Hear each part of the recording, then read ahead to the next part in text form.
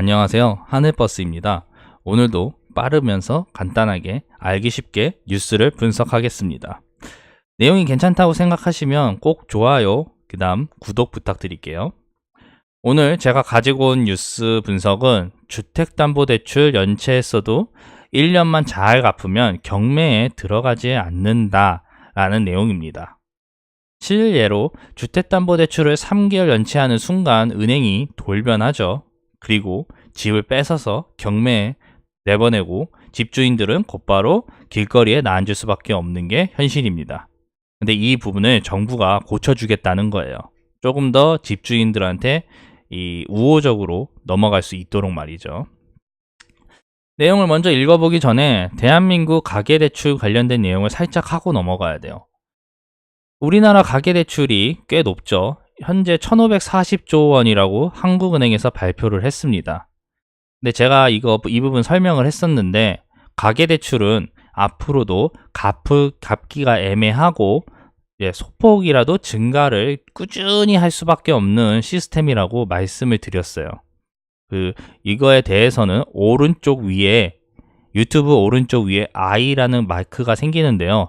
거기에 제가 1540조 가계대출이 왜 일어나고 더 가계대출이 더 발생되고 갚을 수 없는 이유랑, 그 다음 정부는 이게 다 알고 있기 때문에 소폭 상승만 가능하도록 유도를 하고 있다, 요 내용을 이렇게 올려놨으니까요. 궁금하시면 꼭 한번 확인 부탁드리겠습니다. 일단 가계대출은 꽤 중요해요. 올라가고 있고 주택담보대출도 연동이 되면서 당연히 오르는 추세입니다. 꽤 많죠, 주택담보대출도. 어떤 분들이 간혹 그런 얘기를 하세요. 아파트 가격이 이게 폭락을 해서 너무 비싸니까 폭락을 해서 이 젊은 사람들, 이제 젊은 세대, 그리고 이렇게 집이 부담스러운 세대들이 집을 좀 이렇게 편안하게 살 수 있도록 이렇게 움직여야 되지 않냐라는 분들이 많은데, 주택담보대출에 연동되어 있는 아파트 가격이 폭락을 하면 그날로 나라가 망합니다. 왜? 이 주택담보대출에 은행이 연동돼 있기 때문에 은행의 건전성 문제가 발생이 돼요. 부실화가 발생된다는 거죠. 쉽게 이 분당 아파트를 예를 들어볼게요. 분당에 5억짜리 집이 있는데 여기에 이 은행이 3억의 대출을 해줬어요. 4억 대출로 할게요. 4억의 대출을 해줬어요. 근데 분당이 공급이 너무 갑자기 많아져서 주택이 5억짜리가 뭐 2억으로 내려왔어요. 3억으로 내려왔다고 치죠. 그럼 2억이 손해가 빠진 거죠. 그럼 은행은 자연스럽게 2억짜리 집에 4억의 대출을 해준 거예요. 그럼 이게 뭐 요새 알다시피 뭐 건전성 대출, 뭐 DSR, 뭐 상환 부채 비율 뭐 이런 걸 해서 이렇게 해주는데, 2억짜리 집에 4억 대출을 해주면요, 건전성에 되게 부실화가 발생될 수밖에 없어요. 이 집주인이 갑자기 2억인데 집이 대출이 4억이에요. 그럼 집담보대출을 열심히 갚겠어요? 아니면 나자빠지겠어요? 그쵸? 그러니까 은행으로서도 위기죠. 부실률이 높아지니까. 만약에 이 집주인이 2억짜리 집을 버렸어요. 그럼 이제 집주인이 버리고 2억짜리 집이 은행집이 됐죠. 근데 은행집이 됐는데 2억짜리가 이거 팔아도 은행은 2억밖에 챙기질 못하는 거예요. 2억이 마이너스가 되는 거니까. 집값이 떨어졌으니까. 그러면 이게 건전성에 문제가 있어요, 없어요? 엄청나게 문제가 발생되죠. 그렇기 때문에 이 KB, 국민은행 뭐 시세, 부동산 시세 이런 게 상당히 보수적으로 잡는 거예요. 떨어지는 것까지 계산을 해야 하기 때문에. 실거래가랑 좀 다르게 움직이는 겁니다. 그래서 어쨌든 그렇기 때문에 이 주택담보대출이 부실화가 되면 건전성에 문제가 발생되고, 은행이 건전성 문제가 발생되면 이 나라 신용에 문제가 발생되면서 그냥 그날로 나라가 망해버리는 겁니다. 어느 누가 그거를 인정을 해요. 미국 서브프라임 터졌을 때도 미국 은행도 살려주겠다고 하면서 공적자금 넣고 막 난리가 났었는데, 하물며 우리나라는 어떻게 되겠어요? 그냥 그날로 망하는 거지. 어쨌든 그런 것 때문에 주택담보대출, 가계신용이 중요하다. 그러고 이제 주택담보대출이 부실화되면 결국은 은행이 망하고 은행이 망하면 나라가 망한다. 여기까지 얘기하겠습니다. 그렇기 때문에 은행이 주택담보대출의 이 부실화를 상당히 걱정을 해요. 항상. 그 정말 중요시 여기고요. 다음으로 넘어가 보겠습니다. 오늘의 아까 이 얘기의 핵심. 금융위원회에서는 29일 정례회의를 열어 여기 써있죠. 자산 건전성 분류 기준을 개선하는 내용 은행업 감독 규정 개정안에 심의 의결을 했다라고 얘기를 해요. 뭐 이게 어려운 내용이 많거든요. 그런 거 다 필요 없고 여기가 중요해요. 은행의 가계 여신 중 신보기 신용회복위원회예요. 신보기가 채무조정한 은행 주담대는 주택담보대출입니다. 주담대 채권에 대해 채무자가 1년간 계획대로 성실히 상환하면 은행들의 부실 채권을 정상 채권으로 재분류를 해준다. 요게 이 얘기의 핵심입니다. 오늘 부실 채권을 정상 채권으로 해준대요. 1년간 정말 잘 갚으면. 뭔 말이냐? 밑에 대충 써 있는데요. 은행들도 채무 상환에 어려움을 겪는 채무자의 집을 채무 조정으로 안 하고 경매만 붙이니까 이게 문제다 이거죠. 쉽게 설명해 보겠습니다. 은행이 그 주택담보대출 3개월 안 갚으면 곧바로 압류 들어가면서 경매 넣잖아요. 원래는 채무 조정을 할 수 있어요. 신용회복위원회를 이용해서. 근데 은행이 그걸 안 하는 거예요. 손해를 보니까. 그래서 그 부분을 이제는 채무 조정도 좀 해줘라. 경매만 내놓지 말고. 그걸 정부가 얘기하는 거예요.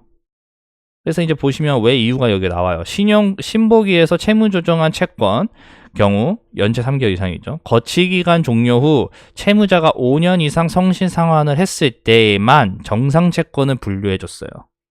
그러니까 까다롭죠. 5년 동안 성실 상환을 해야지 부실 채권이 정상 채권이 되니까. 은행이 여기 나와요. 은행 입장에선 신보기 채무 조정에 동의하더라도 해당 채권이 정상으로 재분류될 때까지 장기간 고정 이하 부실 채권을 보유하며 대손 준비금을 쌓아야 되는 부담을 떠안을 수밖에 없는 구조였다. 뭔 말이냐면요.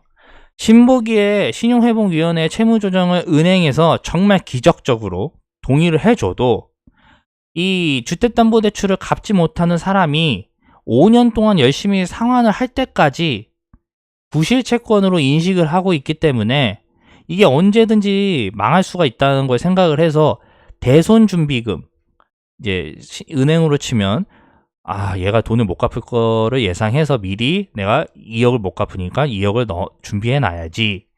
왜? 은행 건전성 때문에요. 그거를 항상 준비를 해야 되기 때문에 부담이 엄청나게 됐다는 거예요. 왜냐면 대손 준비금이 결국은 단기 순이익까지 결정이 돼요. 그러니까 은행은 사기업인데 국영기업 없어요. 은행은 저기 산업은행이나 이런 거 빼고요. 우리가 시중에서 만날 수 있는 은행들은 다 사기업입니다.